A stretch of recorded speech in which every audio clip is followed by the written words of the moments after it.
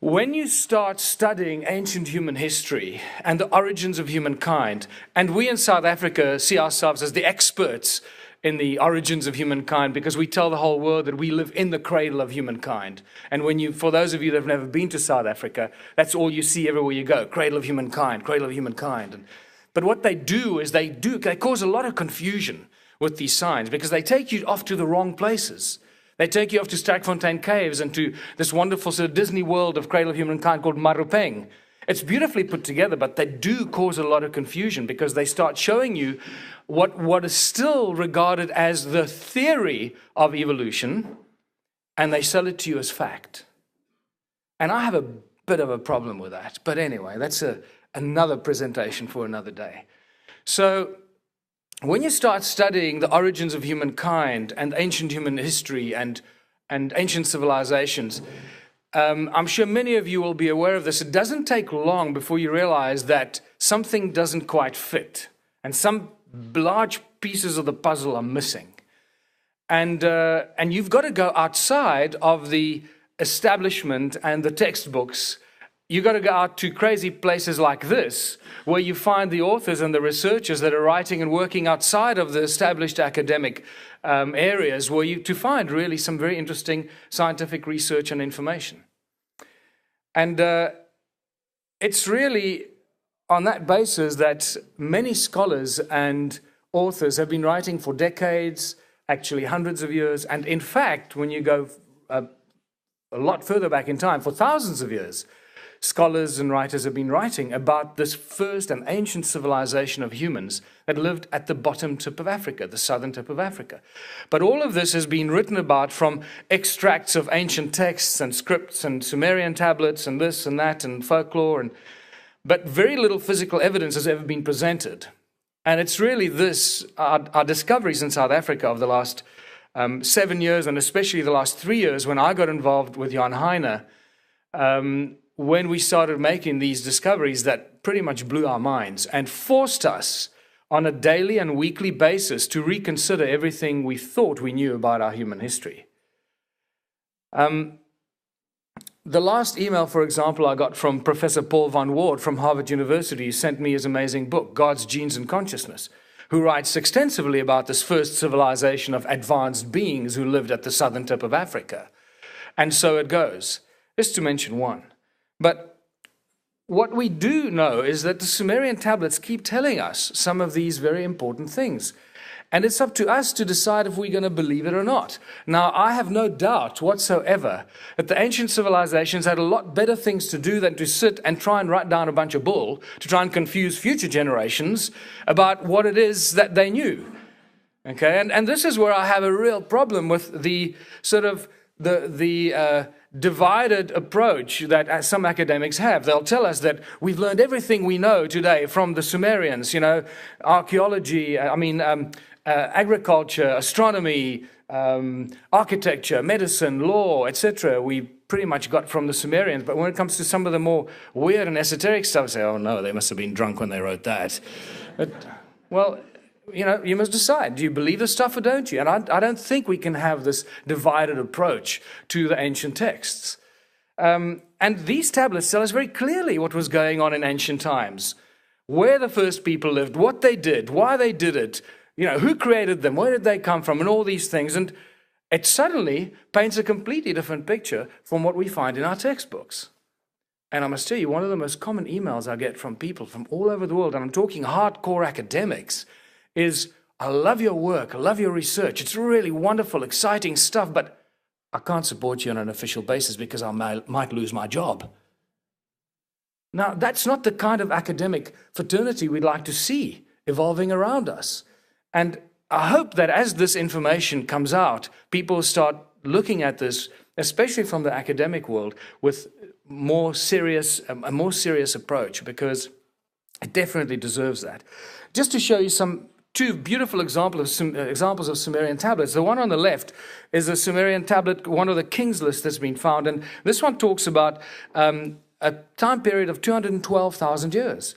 It names the kings that ruled for 8 8 kings that ruled before the flood over a period of 212,000 years. Now, these are periods that our archaeologists and historians just do not want to deal with. Okay, the more popular Sumerian king list is the one on the right. That goes even further. That names over 130 kings, 10 of whom ruled before the flood over a period of 224,000 years. And we start seeing that these ancients had information that somehow was hidden or lost or consciously removed from our body of knowledge and information. And then we start finding the ancient ruins of southern Africa. Well, the current belief is that southern Africa was a sparsely populated place with very few inhabitants before 1,000 years ago. And the emphasis is on very few inhabitants. We're talking a few thousand. That's it. A bunch of hunter-gatherers that ran around, did nothing better to do than shoot some buck and, make some biltong and have a party. I don't know, just somehow survive and make pictures on cave walls and things. And that's what we're told. Pick up the history books, that's what they'll tell you. Well, fortunately for us, the stone ruins of South Africa and southern Africa tell us a completely different story. These stone structures that we've been discovering are often called cattle kraal, of little historic value. Once again, this is the most common reference you'll find in the history books and the academic books on these. And some of the references are so preposterous that you actually wonder how these people got their degrees. I'm going to take you through some of them, and then the rest of it you can get in my new book, Temples of the African Gods, which tells you a lot more detail about what's really going on here. The one thing we need to embrace as well is that ancient civilizations had a body of knowledge and information that we've long lost. And we've got to stop assuming that we are the pinnacle of civilization because we got cell phones. Okay, that does not constitute civilization. And there are ways and means of getting information across and sharing information using other types of technology that we don't quite understand. Well, the first thing you'll note about the stone ruins of southern Africa is they're all circular. They're all circular. They all have internal structures, sometimes very complex, sometimes very simple. And sometimes they have these little weird attachments on the outside of the stone structures. But the most important thing to take note of is that they're all unique. Each and every one of them is completely unique. And in the longer presentations, I go into great detail why that is so. Some of the walls are still 3 meters high and 2 meters wide. Some of them are really complex. And you can see great destruction that happened at some distant time in history that caused the sudden disappearance of this vast civilization. Very importantly to note that some of them also, or many of them, show the sort of spiderweb effect that goes out from the central stone structure. And that's very important to note. It's not just the stone walls of the central structure that are so impressive. It's the stuff around it that's eroded and gone, that's disappeared, that's lying beneath meters of soil. There's a very good example of a very simple structure with a simple central circle. And then you start seeing the more complex ones. These weird little internal structures that are 1.2, 1.5 meters in diameter. Absolutely no idea what they were used for.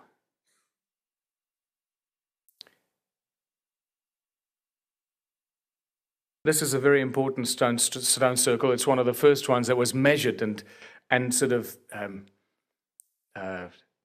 understood by Johann Heine, who's the main sort of instigator and the guy that kept insisting that these structures are not just cattle kraal, that they have a much larger importance in human history. Johann has actually originally started photographing many of these from the air about 20 years ago and was responsible for bringing this to the attention of the South African Archaeological Institution and so forth. But he's just been completely ignored. And then you start seeing some really interesting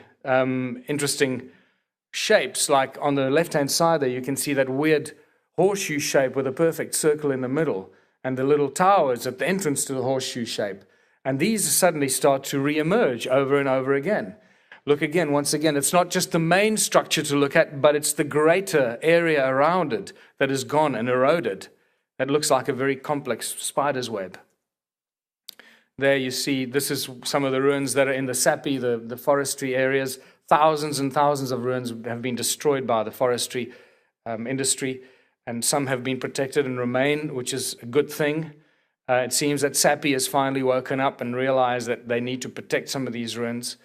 And we've started with the Makamati Foundation, which I'm a member of. It was started in 2003. We started protecting some of these ruins that fall in the SAPI areas.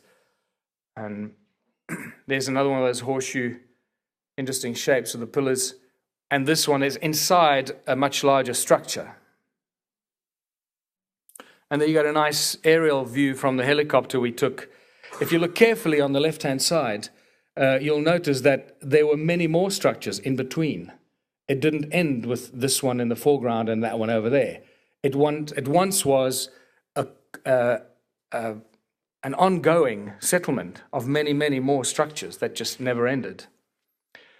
Very important thing to note, which you probably didn't notice, is there's no doors and entrances. This is one of the anomalies and the big mysteries that our archaeological friends, when they go and excavate these, which hasn't really been happening on a large scale at all, one of the first things they always mention is there are no doors and no entrances, and this is a real mystery.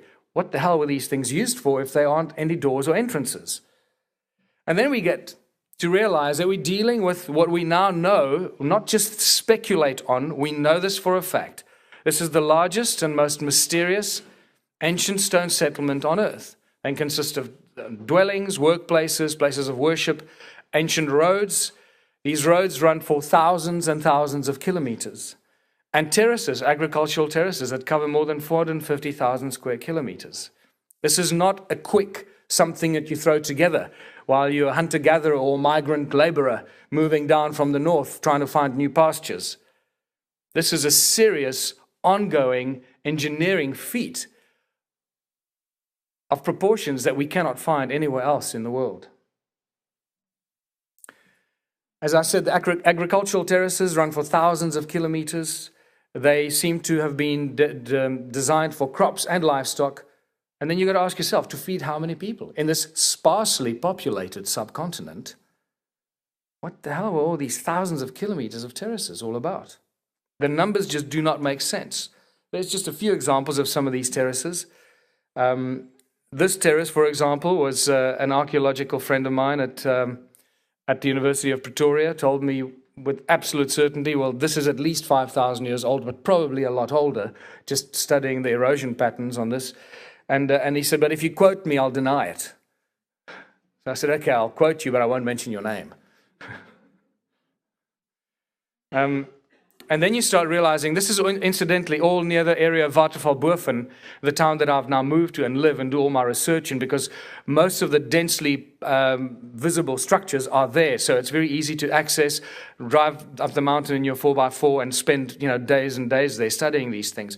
Then you suddenly realize that the entire mountains are just a continuation of terraces, interspaced with circles and roads and other strange, weird shapes that we haven't quite figured out. I'll go into a lot more detail again in the longer presentations. Here's a spectacular example of terraces, circles, and ancient roads running straight up the mountain all the way down to the river. And then pay attention to the bottom left-hand corner. That's what I call the strange hexagonal kind of beehive honeycomb effect. That is a very, very important piece of the puzzle that we get into in great detail. This looks like you're somewhere in South America in Machu Picchu and not the hills of Watervalboven, South Africa. And we start to realize that something strange has been going on that we have absolutely no idea of. And then we get to the strange anomaly of these ancient roads. These thousands and thousands of miles, and I can tell you that every one of these stone circles in its original form was attached to one of these ancient roads. We originally called them roads. Later on, we now call them channels because we realized they weren't really roads. They were for something completely different. The most important thing to realize is that when these channels enter the stone circle, there are no doors and no entrances. So once again, it's this big mystery. What is this all about? And did you notice that spider's web effect again? All the way down. So you got this stone structure at the top of the hill, and all the way down the hill, you got the spider's web effect interspaced with other terraces and other stone circles, all connected. There you can see the road links from the top. By the way, when you walk on these ruins, many of these ruins, you have no idea that you are standing in the middle of the ruins. You need to see it from the air to realize where you are, that you're actually standing among all these amazing structures. And there's a spectacular example. And this is also these set of photographs are also very important because they show the effect of water, large amounts of water that has caused a lot of damage to these. That's another thing we get into in great detail. But it's very important to look carefully at some of these photographs because we get some very important geological evidence of what happened here in the past, in the distant past. Another example of the road cutting through some terraces up the mountain, and so it goes. This is a beautiful effect. Just because you can't see ruins to the top and to the bottom of the road doesn't mean that they are not there. They are there in large numbers. They're just covered by meters of soil. And once again, on the left-hand side, you get that weird cluster of hexagonal shapes. Hexagonal stone clusters, beehive effect. No way to get into the middle of them, but there they are, clustered together. Very strange things going on here. There's a beautiful example. Note, there's no doors or entrances. It's just this one continuous structure of stone. That's spectacular. Now imagine the entire southern Africa looking something like this a long, long, long time ago. And that's pretty much what we're dealing with here.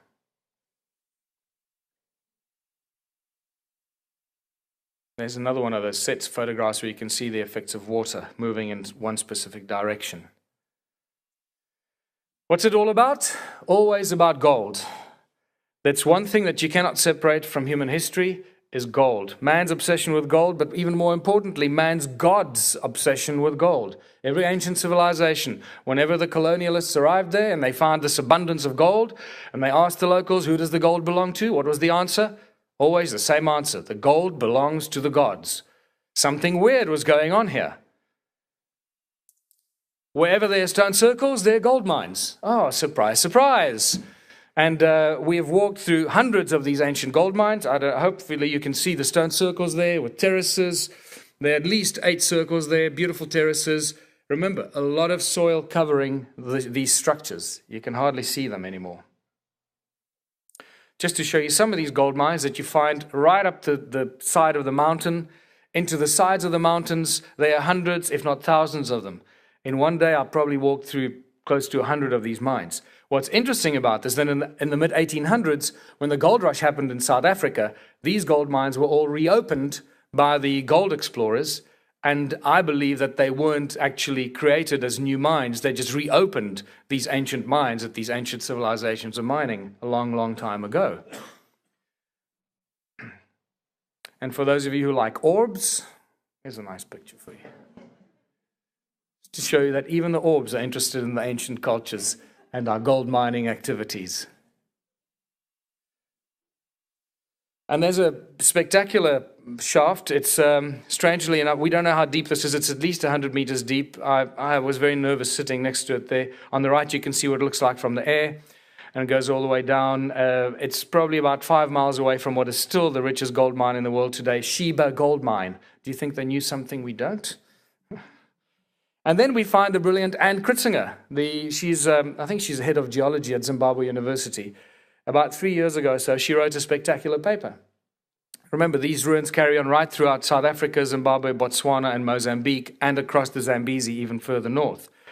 Until recently, because of the lack of information and research, these so-called circular structures in many of the Zimbabwe-type ruins were called slave pits and animal pits and grain pits, because that's the frame of reference. You know, they must have been slave pits. They must have been for animals or grain. Well, it's such a bunch of rubbish that it's laughable. So the brilliant Ann Kritzinger went and she wrote this amazing paper. She shows conclusively that these were flotation extraction tanks for gold. You can find her paper online and read through it. It is a wonderful read, a beautiful academic read, and I wish other academics will follow in her footsteps. And there's some interesting yields that she gets from some of these so-called animal pits and grain pits. Makes a good gold mine today. And then you realize that Great Zimbabwe is actually the grandest of them all. You realize that it's the same civilization. There's another aerial shot. And you realize that when they tell you Great Zimbabwe has been perfectly explored and excavated, they know everything about it. They're just lying through their teeth like they always do. Because you can clearly see the sediment there that hasn't been touched. There's so much more work to be done there. Except Great Zimbabwe is where the mine manager lived. Okay, once again, the Sumerian tablets tell us very clearly. I grew up in a gold mining town. I know exactly where to find the mine manager when you arrive in a mine town. You just look on the big house on the hill, and that's where you'll find the mine manager. And nothing has changed. It's Great Zimbabwe is the mine manager's house. Very simple. It's the biggest and the grandest of them all. The first reference of the Zimbabwe ruins and the Southern African ruins we get from about 1510. Juan Antonio Fernandez and a few of these cronies, they were known as the degradados, the unwashed, the criminals that they took out of jail and sent them into darkest Africa to go and explore it. If they came back, everybody got excited. If they didn't come back, they didn't really lose much sleep about it. And fortunately, he came back with some amazing stories about these incredible ruins that were covered and overgrown. And he met these Karanga and Makalanga people who happened to be children of the sun. We'll get more about that. And then in 1895, the brilliant Theodore Bent found these interesting inscriptions and letters on a rock in Botswana. Now, the reason I'm showing you this is because originally when Theodore Bent excavated Great Zimbabwe and wrote a brilliant book about it, that should be a textbook in all schools and universities, but it's not. It's been hidden out of sight. There was a lintel above the main entrance of Great Zimbabwe. Guess what? It had an inscription on it. So we know that whoever built Great Zimbabwe had the knowledge of writing. That lintel is in somebody's private possession, and it's not really available for us to see. It could have been this kind of lettering. I'm not saying it is, but it may just have been this kind of thing. If we find that lintel, it'll be a great, great tool to try and unravel the mystery of these ancient civilizations. And then we start finding the interesting links to what we believe until recently to be the great northern ancient civilizations. Well, that's going to change for all of you as of right now, because you're going to realize that all the great northern ancient civilizations got everything they know from what we now call the first people in southern Africa, long, long, long before Egypt ever saw the light of day, or the Sumerians, or the Indus Valley civilizations, or any of the Incas or the Mayas, or anything you've ever heard of. And this is a big aha moment. This is a big hurdle to cross for most people. This Phoenician constellation, beautifully depicted on a wooden bowl found near Great Zimbabwe by Theodore Bent. Roman coin from 138 AD, Antoninus Pius, found 25 meters deep in a gold mine in Zimbabwe. 300 BC Sumerian Babylonian coin found at the Marian Hill Monastery in KwaZulu-Natal, South Africa, when they were digging the foundations. This wonderful Egyptian headrest on the left, and the Southern African headrest on the right. Interesting to note the architectural styles, the pillars of Egypt and the concentric circles of Southern Africa. It's quite beautiful. And then suddenly when you take a closer look at the headrest from South Africa, you find a beautiful Maltese cross carved into this headrest. And you go, what the hell is a Maltese cross doing carved into a headrest in Southern Africa? And then it gets even more interesting. If you thought the cross in a circle was something that came from the Near East and the Babylonian, the Sumerian cultures, we find thousands of them carved into one of the hardest rocks, andesite, diorite. This is a glaciated rock outside Kimberley, South Africa. I photographed thousands of these and many more spectacular carvings. What's interesting, this incidentally in ancient African tradition means Mabona, Lord of Light. That's what this symbol means. And it gets even more interesting when we find the Sumerian winged disc engraved on rocks in southern Africa. And from the erosion on these rocks and the growth of the patina on this, we can establish that we're dealing with something that's way over 20, 30, 40, maybe even 50,000 years old. Great is the all-seeing Lord of the sky, Mabona. That's what this winged disc is all about. And then we start meeting the sun-worshipping cultures of southern Africa, which is not supposed to be there. The Makalanga, the children of the sun. And if you look at the erosion and the cracks that form through these carvings, through this andesite, very, very hard rock, you realize that this is not something that was carved 2,000 or 5,000 years ago, but a lot longer than that. And then the Holy of Holies, the Egyptian Ankh. There's a beautiful Egyptian ankh carved in a radiating circle in the same area, which tells us, once again, that these people had advanced knowledge of radiant frequency, energy, etc. And again, I'll go into a lot more detail why I can say these things in the longer presentations. We know that in Egyptology, the ankh was used as a healing tool and many other amazing things, and this suddenly becomes very evident when you start studying these ancient structures in southern Africa. It's got a lot to do with vibrational frequency, harmonic frequency, and so forth. And then we discover one of the biggest mysteries in southern Africa were the Zimbabwe birds. These birds on a pedestal.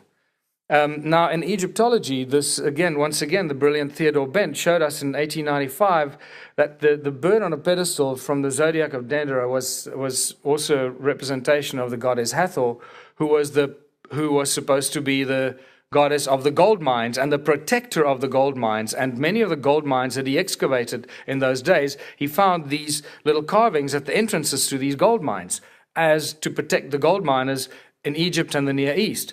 Well, where were the first gold mines in the world? In southern Africa. And suddenly we find that these mysterious Zimbabwean birds that no one has really had an idea what they were all about were actually the earliest and very, very much older mascots and protectors of these early gold miners in southern Africa. And suddenly we start seeing this cohesive picture of these ancient civilizations, the gold mining operations, the big house on the hill. It all starts to fall into place. And then when I started discovering these stone circles in the area that I live in, I started finding what we call the early prototypes, these basic broad bases, the narrow top. And I'm finding thousands of these all over the place. So they're obviously obsessed with this weird shape, carving it broad base, narrow top, many, many of these. Here's a picture taken very recently coming down the mountain. There's a beautifully carved stone. Again, one of these, what we call Zimbabwe birds, I call them that, have very little idea why they were so important, but they clearly played a very important part in those ancient cultures. And then these birds become giant monoliths. You can even see the wing that's been carved into it on the side there, where Nick is standing under it. And that's a close-up look of its head. It's standing at a weird angle, so you don't really get to appreciate it.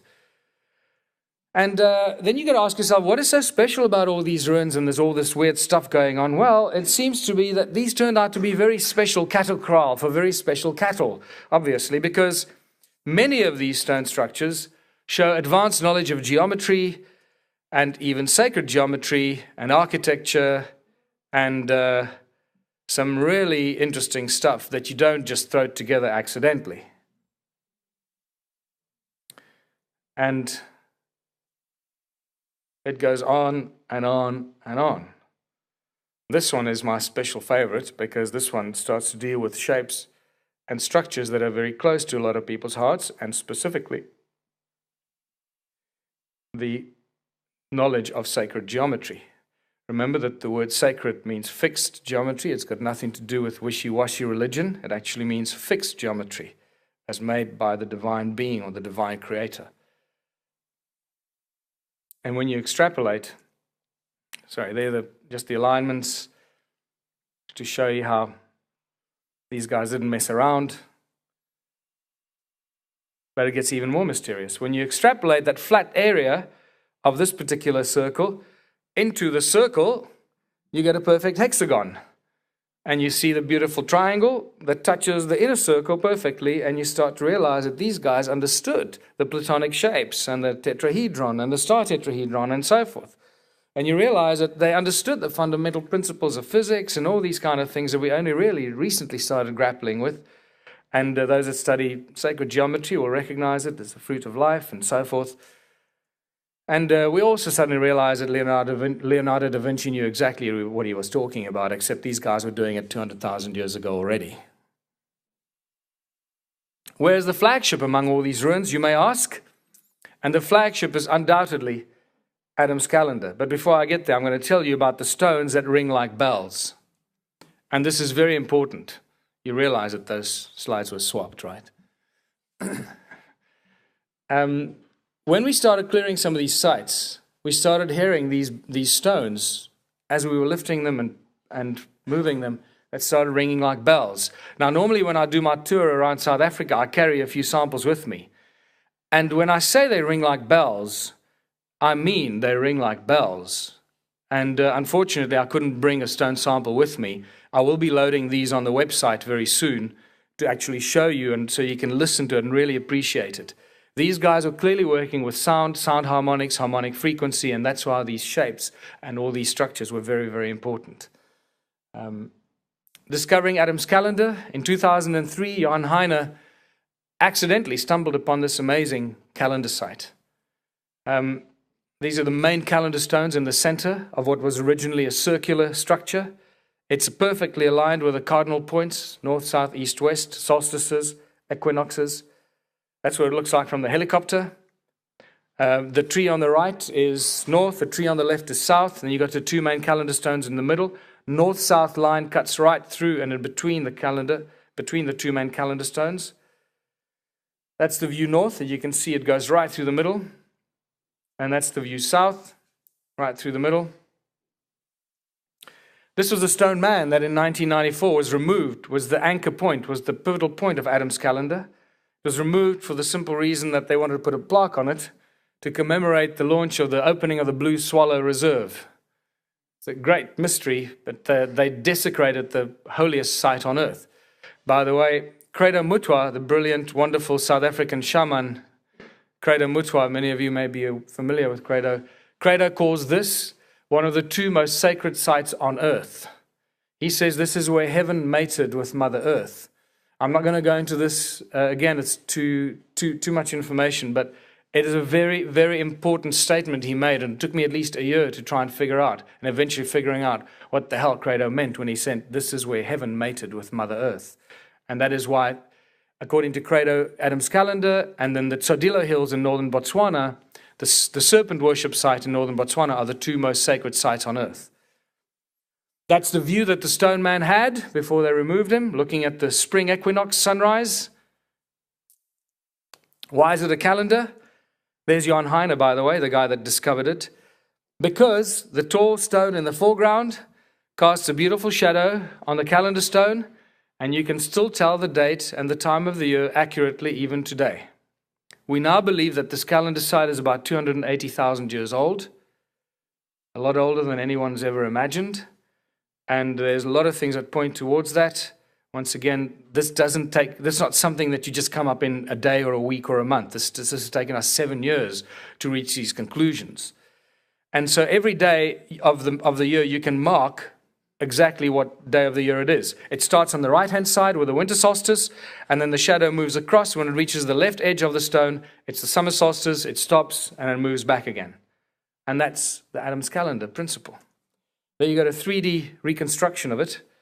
And you'll note on the eastern side, we've got the 3 stones, and then the 1 stone that marks the eastern sunrise. I'll get back to it now. What else have we found? We found an ancient workshop, the oldest carved sphinx, the first Horus hawk, an ancient grave, which is very important, linking us to the Sumerians, the first pyramids ever built, and an obvious link to Orion. Ancient workshop, here you can see evidence of carving, chipping and shaping. There are hundreds of these giant, these are dolerite monoliths that are brought from somewhere else, scattered right along the edge. Adam's calendar runs for about a 2-kilometer stretch. It's not like, just one calendar site. There's a lot of activity that goes on right along the edge, all looking out towards the center of the impact crater, which is known as the Barberton Impact Crater. This is another stone man that we found, similar to the first stone man. He lying on his side right next to what we call the ritual path. Credo Mutwa talks about that ritual path very passionately. He burst into tears when I showed this work to him the first time. And then exactly north of the center of Adam's calendar is this strange tree growing out perfectly on the horizon, and we thought that can't be a coincidence. There's got to be something there. When we got there, we found this beautiful stone altar out of which the tree is growing. Well, that happens to be the grave of a very important ancient king. Credo Mutwa once again confirmed this for me, and since then we've done a lot more work on it with infrared photography. We know there's something lying underneath. We need to get to digging. There's what we believe is to be probably the oldest sphinx. Remember, this dolerite stone peels. It peels like an onion. And when you stand closer to it, you see the peeling of these stones. I believe that these may have actually had facial features at some stage, but that's long gone. The dating of the stones is a tricky thing. It's not easy. That's why it's taken us a long time to come up with a figure of around 280,000 years. But I'd like to tell you, I'd like to start with the most mysterious one, the psychic revelations, because I often forget to get back there. And for people out there who still think that psychic, schmaikic, mumbo jumbo, you need to wake up and start facing reality. Psychic ability is something that's been used by the secret military forces for decades, if not even longer. It is a well-accepted human ability, and we need to start treating it with the respect it deserves. But I'd like to take the psychic mumbo-jumbo and turn it into a scientific argument, and we can do that very quickly and very simply. Because if you have 12 or 20 psychics telling you a long list of exactly the same facts and information about this particular site, when some of them have never been there, some of them have never met, in fact, most of them have never met, and they tell you this long list of exactly the same bits of information, you can turn it on its head and say, what is the statistical probability that all these people can tell me all these things that are exactly the same, and you will find it's several billion to one. So we know that, scientifically speaking, that what I'm telling you, there's a several billion probability to one chance that I'm lying to you. The geology of the place tells us that the monoliths don't belong there. They were brought from somewhere else. The Black Reef Quartzite versus Dolerite, you'll see the cliff edge. I mentioned to you the calendar overlooks the Barberton Valley, the impact crater. It's about almost a kilometer above the impact crater. The Black Reef Quartzite is the name of the bedrock there. That's what they call it. It's also rich in gold in certain areas.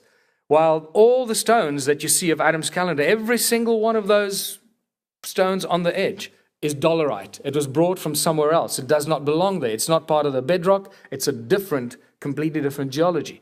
The closest intrusive vein of dolerite is about at least a kilometer away, but we're not sure if that dolerite came from there yet. We know from lichen growth, this particular lichen on these rocks grows about 1 millimeter per annum. We have layer upon layer upon layer of lichen growth on these rocks, especially the one on the left. It'll take about 2,000 years for that rock to be covered in lichen. We have multiple layers that cover that. So we have multiple effects of 2,000 years here. Then look at the erosion. Look at the edge on that rock that broke. The piece that broke off, fortunately for us, all the pieces are still in situ, so we got a lot to work with. Piece broke off, is lying beneath it. The erosion on the piece that broke is at least 1 centimeter. Now, this is an interesting geological problem, but when you ask any geologist how long will it take for this dolerite to erode 1 centimeter, they'll tell you, well, it's a long, long time. And he says, is it 100 years? No. Is it 1,000 years? No. Is it more than 50,000 years? So definitely more than 50,000 years. So this is what the kind of thing that we're dealing with. Okay, no one's bold enough to go out there and say, well, it's at least 300,000 years. So we try to do some simulated erosion tests on this dolerite, and I've got some of the best scientists in South Africa that are going to start doing that with me.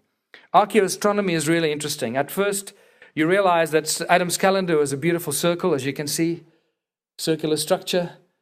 But you see that the north-south is sitting off center. It's not sitting at 12 o'clock. And that was a big flag to us because we realized we're dealing with something that was created at a time when north-south was out of kilt with what it is today.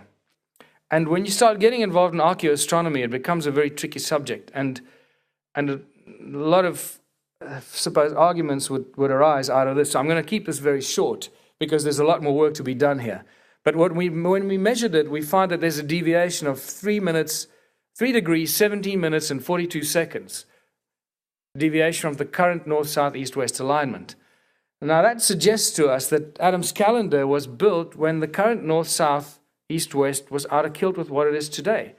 Even in the precessional wobble of that we rounded off at 26,000 years. It all depends who you study and who you research. Even that, north and south remains true. It doesn't move from what it is. So it suggests to us that whenever this calendar was built, the Earth was sitting at a different angle. And since then, it has moved into the current angle that it is today. And that is this big question that we're dealing with. Erosion is a very interesting one. Crater Mutwa tells me that this particular rock, which we call the skull, And as part of the initiation in 1937, he had to urinate on this rock. And that is why it eroded a lot more than all the others. Because it did really start to worry me. I thought, well, if this one has eroded so much, why did the others not erode like this one? So it was a big relief for me to find that this is, urine that caused the erosion and not just, rain and wind. And then this here, for me personally, is really the big breakthrough. This is a monolith that I discovered. As you can see, it's inside, in the middle of a stone ruin near Watervalboven, where I live. It's still part of the stone structure. And you can see when this rock breaks. Incidentally, all the stone ruins that I've showed you right across southern Africa are made of the same stone. They're known as hornfells. The original structures are made from hornfells, the same stone, because of its audio properties. Its properties is 54% silica dioxide, about 28% aluminium, and the rest is iron. They ring like bells for that specific reason. And there's a very good reason why all these stone ruins are built out of the same stone, not just any rock lying around. They went to great lengths to find this rock and bring it to these tops of the mountains and all over, as you saw. This particular patina, very little is known about patina growth. Patina is the skin of the rock. You could call it the skin of the rock. When the rock breaks, the raw surface breaks open. You can see the raw surface on the inside. This particular rock is very dark. It's like black color, very homogeneous. It's a metamorphosized quartzite. And then this patina starts to grow back. Well, the best information we have on this particular patina here is that it grows at about 5,000 years per first microscopic layer. Now, when you find a monolith that's embedded in the wall that's broken off and the patina has grown back by about 2 millimeters, we have a big aha moment. It's not just a few hundred or a few thousand years. We're dealing with hundreds of thousands of years. Sterile alignment. Ancient civilizations were obsessed with Orion. You all know these. You know these. Chinese pyramids. Some of you may not have seen this before. There are at least 100 pyramids in China, probably a lot more. Orion seems to play a very important part in all of ancient culture, together with some of the other alignments like Pleiades and Sirius. So we thought to ourselves, well, Adam's calendar is special. It's better. It's older. We should also have an Orion's alignment. And yeah, of course we did. So we went and looked at those stones. It's so obvious lying on the side. You can see that at one stage they were standing up. You could see from the satellite shot, it used to be a circle. So let's lift those stones up and see what happens. So we lift them up and see that there's definitely an alignment. But you've got to go back a long time. And once again, we've got this weird 3¼ degree displacement. So we've got to start bringing that into play. And this causes a lot of confusion. So I've spoken to a lot of astronomers and wannabe archaeoastronomers and physicists about this and trying to figure this out. We're going to get to the bottom of this. But at this stage, it's all pointing that it's way beyond 200,000 years when that kind of alignment would have taken place. And not many people can figure things out that far back. Could there be a guardian bird at Adam's calendar? And the one stone that we missed out, I'll never forget the day that we went there. That wonderful stone lying under that tree on the edge. And I went there with a guy called Fred, and we scraped away the soil that was covering the bottom tip of the stone, and guess what we found? A beautifully carved bird head. We believe this is now the oldest Horus hawk head. Call it what you want, it's a bird. And that is just another angle. It's got a beautiful fat belly. You can't see it from the parallax error here, this angle, but it's got a beautiful fat belly. The nose is broken off. And when you lift it up, there you got your Horus meeting the sun on the spring equinox in the southern hemisphere, right next to the 3 Orion's belt stones. And you have a very good indication of what we're dealing with here. Something that is so old that it's going to take us quite a long time to really figure it out. This is definitely the flagship in among all these ancient ruins. 7 years after Jan Heine started photographing and measuring Adam's calendar, this is a picture taken in 2003. Little did we realize that there were actually pyramids in the valley. And when you look at those pyramids, they're also beautifully aligned with the rise of Orion's belt. There are actually 3 of them. The third one you can't see. It's too small. It's exactly the same as the Giza pyramids and those Chinese pyramids you saw. 2 big ones, 1 small one. So we thought to ourselves, well, there must be a way that for us to determine whether these are pyramids or just mounds, And so we thought, what was the one thing that the ancients did or build to give us some more certainty? Well, we knew, or we know, that they built everything with specific purpose, and everything was aligned with the flow of energy, with the golden mean ratio and the spirals and all things. They did all these things. They planned it really perfectly, and they didn't make mistakes. That 3¼ degree thing is not a mistake. It's just our inability to figure things out yet. So we thought, well, there must be a meaning, a way to figure out. So we drew a golden mean spiral, and bingo, it goes right from Adam's calendar to the ancient grave, and it lands right between the pyramids. So we realize that there's definitely something there, and not just a coincidence. And then when you draw a line between Adam's calendar, pyramids, Great Zimbabwe, and the Great Pyramid of Giza, you see a perfectly straight line. Incidentally, if I'm not mistaken, it also goes right through Napa Playa, and they're all along the 31° east longitudinal line. And they are slightly offset there in a perfect line, though, which suggests that this crustal shift thing may have also played a part in ancient human history. Some more mysteries that I want to share with you before I finish. This is what I call the oldest statue on Earth, one of the many awesome artifacts that I found through my exploits going through the ruins. I've built a little museum at Watervalboven by the river, where I've put together what I believe is probably some of the most precious human artifacts we have anywhere on Earth, in a little museum quarter the size of this room. But they're really spectacular new kinds of stone tools, a whole new class of stone tools that has not even been recognized by the archaeological fraternity, all kinds of weird shapes. Again, we look at the patina on this. Somebody carved this little statue a long time ago. The regrowth of the patina tells us that this has not just recently been carved. Okay? And if you want to know how big the giants were, the Anakim, or the Annunaki, call them what you want, the biblical giants, here's a good example for you. This is one of the most amazing footprints we have on Earth. This is not too far from where I live. This is obviously a lot older. This has got nothing to do with what we're talking about, but I just thought I'd throw it in there for some spectator value. What's interesting about this is where my hand is resting. You know when you step into mud and you pull your foot out, and it pulls up that sort of piece of mud by your toe? Well, that's exactly what you got there. It's like you stand there and you look at this, you go, what the hell's going on here? It's like there's this piece of wet rock that this foot pulled up with it, you know? It's just absolutely mind-blowing stuff. But now you got to realize that these were not just the first architects and engineers.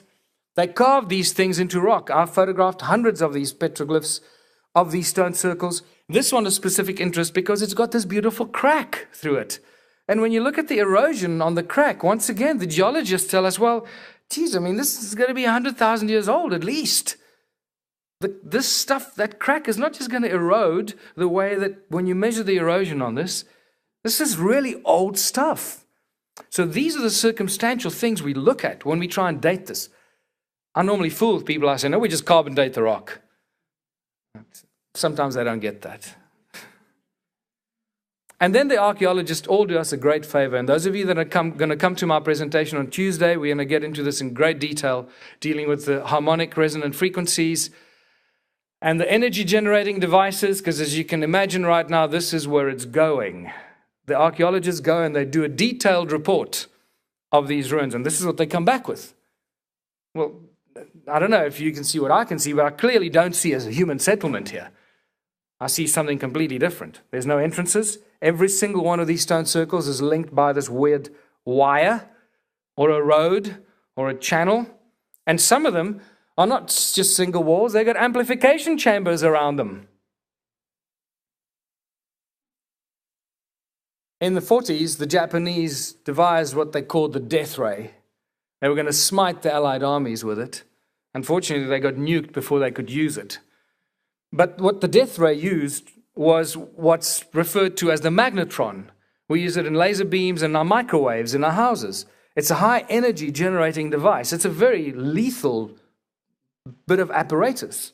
That's why they put that weird mesh stuff in front of your microwave. Otherwise, it would fry you. This is what a magnetron looks like. It's called a high frequency, high energy generator. Okay, and then we suddenly start seeing the many, many hundreds and thousands of shapes of many of these ancient stone circles. And you realize that these guys are doing stuff that we can't even begin to imagine. Now imagine when a 6-inch diameter magnetron could smite the Allied army what a 22-meter diameter magnetron could do as an energy generating device. And if you want to ask me, like many people do, well, if they were so advanced, why don't we see signs of advanced technology? Well, what we've decided is that the Stone Age was the age of advanced technology. They used the raw materials in the stone, just like the pharmaceutical industry should use the raw materials in the natural plants instead of extracting the active ingredient.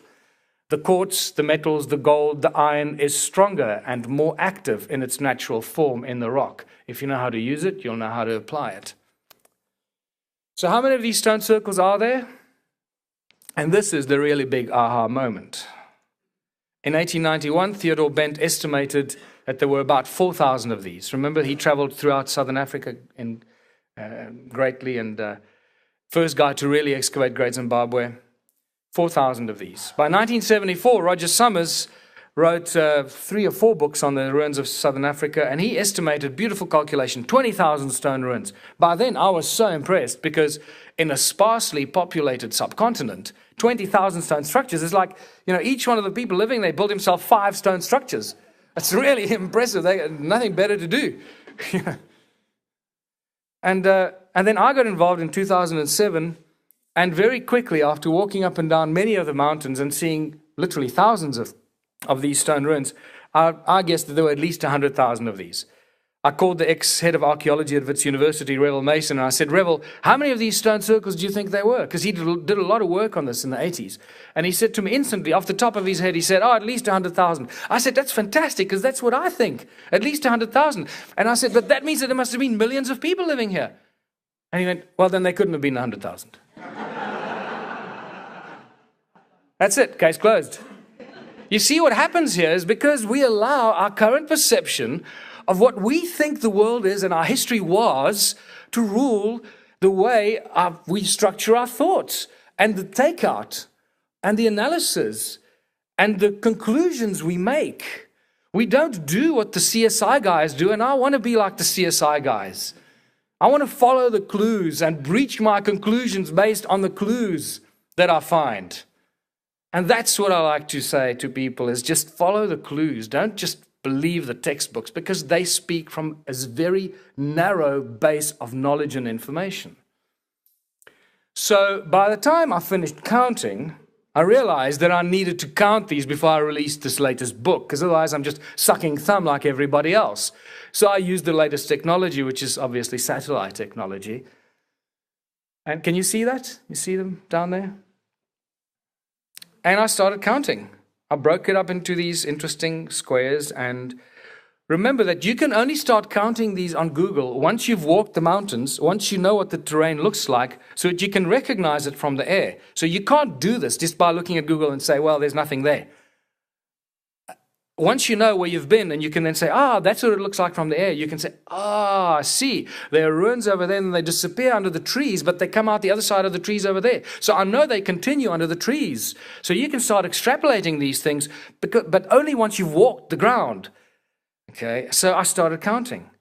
And you start realizing that this thing is a lot bigger than you ever imagined. And this is all over, from the eastern coast of South Africa, right through South Africa, into Botswana, right through Zimbabwe. I found what I call 3 ancient cities, one near Watervalboven, where I live, one near Rustenburg, which includes Sun City. They built the Palace of the Lost City on this ancient civilization, and they're not even aware of this. And then in Zimbabwe, Great Zimbabwe, and all the major area around it.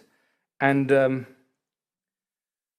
it just goes on and on and on and on. But those 3 lost cities that I found, this is the one outside of Rustenburg. It's really, really dense. And where there are trees, it continues. It does not stop. And remember, once again, all the same stone, all the same hornfels. They ring like bells. By the time I finished counting, there were at least 10 million stone ruins.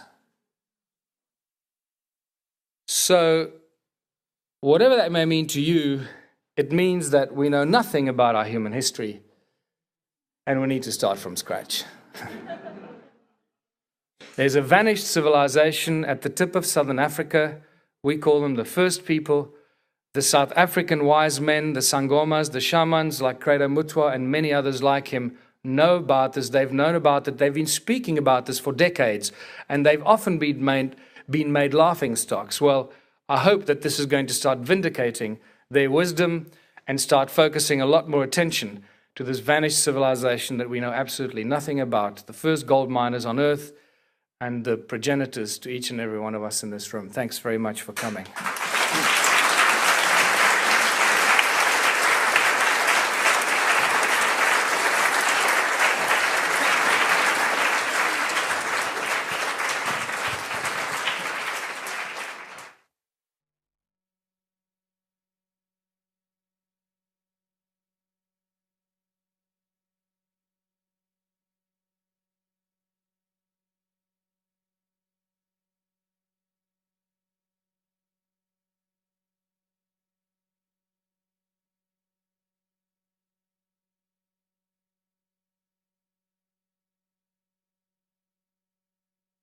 I'm sure many of you will be aware of this. It doesn't take long before you realize that something doesn't quite fit, and some large pieces of the puzzle are missing.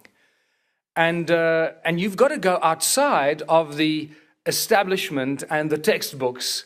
You've got to go out to crazy places like this, where you find the authors and the researchers that are writing and working outside of the established academic areas, to find really some very interesting scientific research and information. And it's really on that basis that many scholars and authors have been writing for decades, actually hundreds of years, and in fact, when you go a lot further back in time, for thousands of years, scholars and writers have been writing about this first and ancient civilization of humans that lived at the bottom tip of Africa, the southern tip of Africa.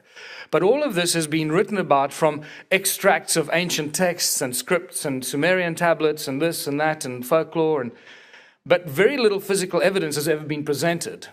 And it's really this, our discoveries in South Africa of the last 7 years, and especially the last 3 years when I got involved with Jan Heine, when we started making these discoveries that pretty much blew our minds and forced us on a daily and weekly basis to reconsider everything we thought we knew about our human history.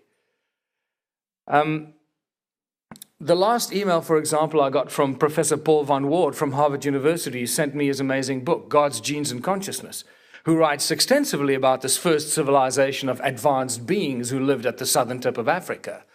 And so it goes, just to mention one. But what we do know is that the Sumerian tablets keep telling us some of these very important things.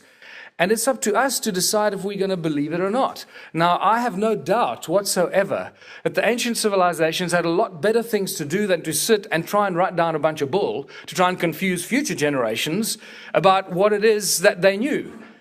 Okay, and this is where I have a real problem with the sort of the divided approach that some academics have. They'll tell us that we've learned everything we know today from the Sumerians, archaeology, agriculture, astronomy, architecture, medicine, law, etc. We pretty much got from the Sumerians. But when it comes to some of the more weird and esoteric stuff, I say, oh no, they must have been drunk when they wrote that.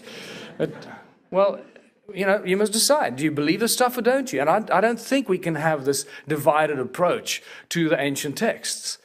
And these tablets tell us very clearly what was going on in ancient times, where the first people lived, what they did, why they did it, who created them, where did they come from, and all these things. And it suddenly paints a completely different picture from what we find in our textbooks. And I must tell you, one of the most common emails I get from people from all over the world, and I'm talking hardcore academics, is, I love your work, I love your research, it's really wonderful, exciting stuff, but I can't support you on an official basis because I might lose my job. Now, that's not the kind of academic fraternity we'd like to see evolving around us. And I hope that as this information comes out, people start looking at this, especially from the academic world, with a more serious approach, because it definitely deserves that. Just to show you two beautiful examples of Sumerian tablets. The one on the left is a Sumerian tablet, one of the king's list that's been found. And this one talks about a time period of 212,000 years.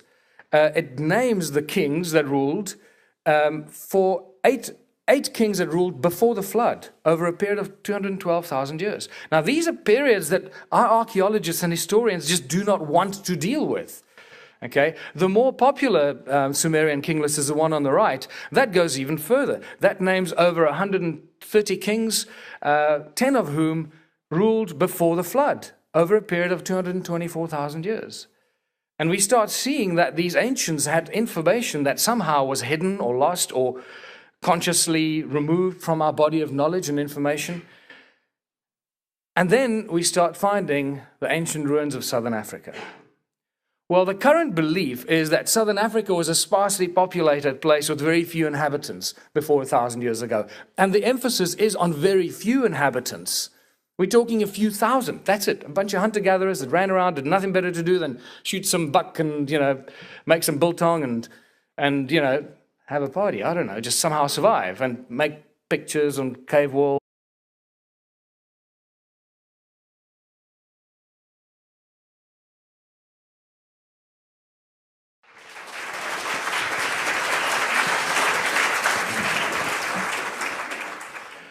When you start studying ancient human history and the origins of humankind, and we in South Africa see ourselves as the experts in the origins of humankind because we tell the whole world that we live in the cradle of humankind. And for those of you that have never been to South Africa, that's all you see everywhere you go, cradle of humankind, cradle of humankind. But what they do is they cause a lot of confusion with these signs because they take you off to the wrong places. They take you off to Sterkfontein Caves and to this wonderful sort of Disney world of cradle of humankind called Marupeng. It's beautifully put together, but they do cause a lot of confusion because they start showing you what is still regarded as the theory of evolution, and they sell it to you as fact. And I have a bit of a problem with that. But anyway, that's another presentation for another day. So when you start studying the origins of humankind and ancient human history and ancient civilizations,